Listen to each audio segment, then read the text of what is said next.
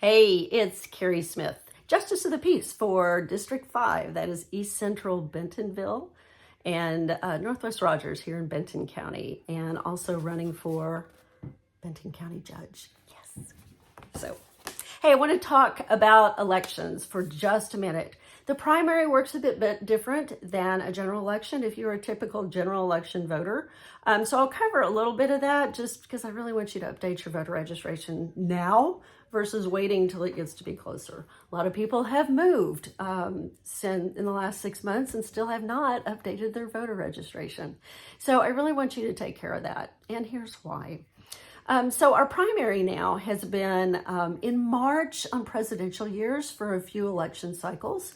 And so this year in the state legislature decided to move it permanently up to March from May.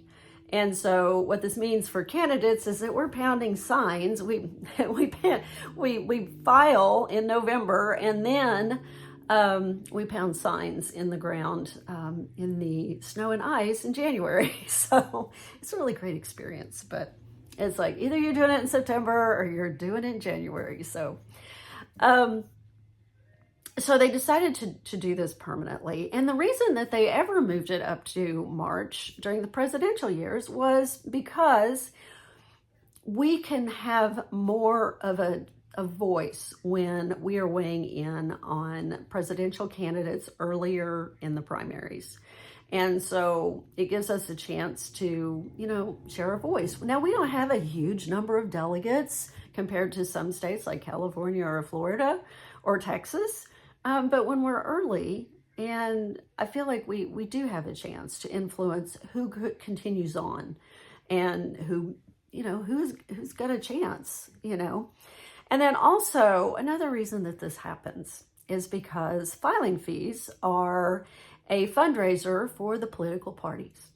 And so I can't remember if we've changed what it costs for a presidential candidate to run in the Republican primary, but it was around $12,000, at least in the, not too distant past. It's a big, and that money funds the political party's ability to put their money behind other candidates. And so that's kind of why they do it so permanently now. We are going to have our primaries in the March. And so this next year is March 3rd. There was a push for closed primaries, and that's happening all over the country. We know in some areas there are people who, come over and vote in the opposite primary. If you're in Washington, D.C. and you're Republican, you probably vote in the Democratic primary because there's nobody on your primary list that it's going to make a difference. So it's like, well, I can go vote, or hey, I can go influence voters in where there is competition in that Democratic primary. Now, I don't know if they're still closed up there, but it used to be a thing. So it's the same thing in Arkansas. People were worried that perhaps Democrats were coming over and were, voting in the Republican primary. And I would think in different parts of the state, that same scenario might happen where it's the county is a little bit more blue. There's more choices on their county ballot. And so you might see Republicans come over and vote in a Democratic primary. But anyway, that's kind of what happens when they're talking about crossover. There was concern about it. And so what the Republican Party of Arkansas did with the Republican Party is they changed it so that your political party preference on your voter registration must say optional, or it must say Republican in order to vote on a primary ballot, to be able to pull a Republican primary ballot.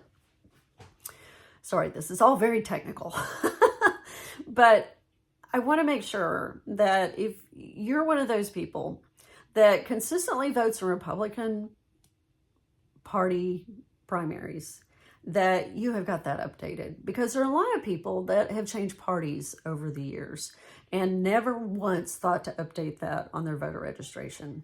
And so maybe they updated their address, but didn't think to go, hey, wonder what political party I'm at. Because we had open primaries. It didn't matter. You could walk up to any of these, polling locations and pull any ballot that you wanted to and cast your ballot, cast your vote there. So, but now that has changed. So I urge you to go to the Secretary of State's website and go to the election area and check your voter registration status and see what that says.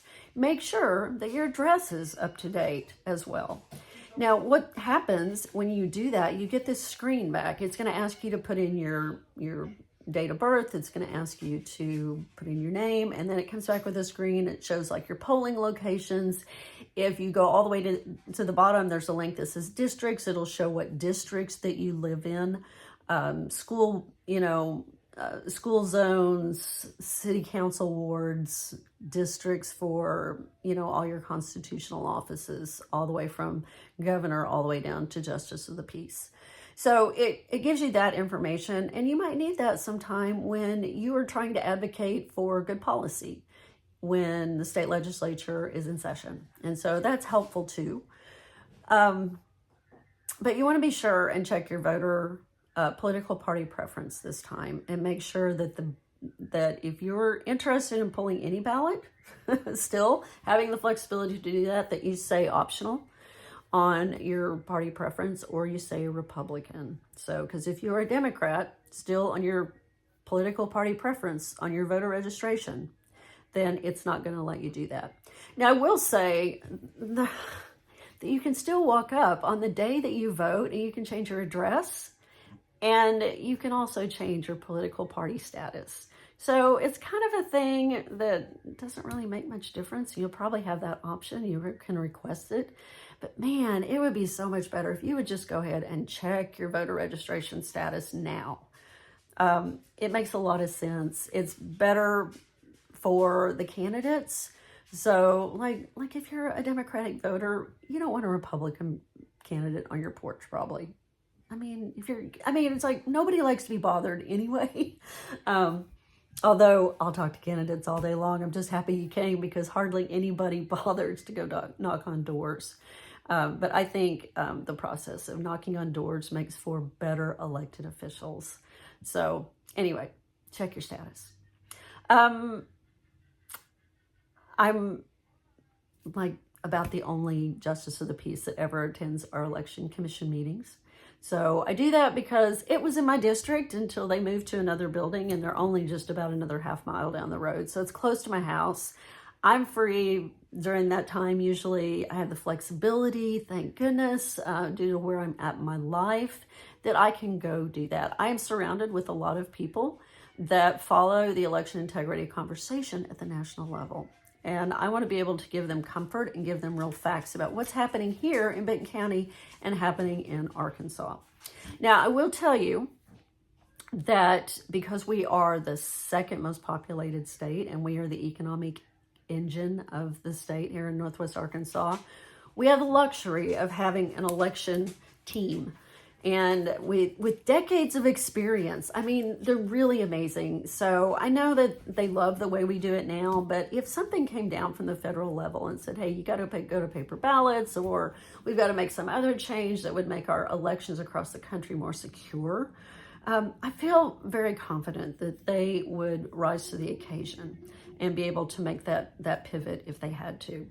We also have an election commission, 3 people in each county. The political parties the members of the political party elect their representatives. And so I just have such high regard for not only the election team and their professionalism and effort that they go to making our elections safe and secure, but also the people that serve us as the election commission. So they put in the time. If there's an issue, like if I have a constituent call and say, hey, I had a problem at a polling location, I know that I can reach out and call them on their cell phone on the day of the election and report that.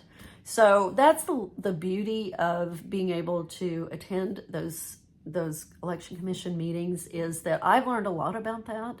And when there's dates that I think are going to affect things here in county government, like are we going to bring, a volunteer fire department dues increase?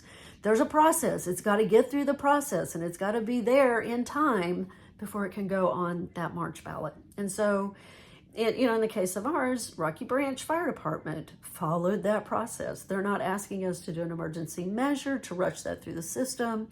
And so when I'm able to give them good information because I go to those meetings, then they are able to do everything exactly by the policy.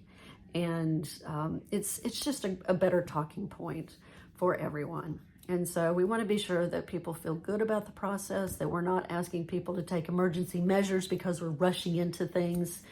I just feel like it provides for good government, and it shows voters that we really care. We really care about the policy. We care about you. We care about what you think. And so anyway, I hope that is helpful. So just a little bit of information. If you're still here with me, you learned a little bit more about our election commission, but do want to remind you to follow my campaign. So if you go to my website, so carrieworksforyou.com, because I do, or you can scan the QR code if you happen to get one of my cards.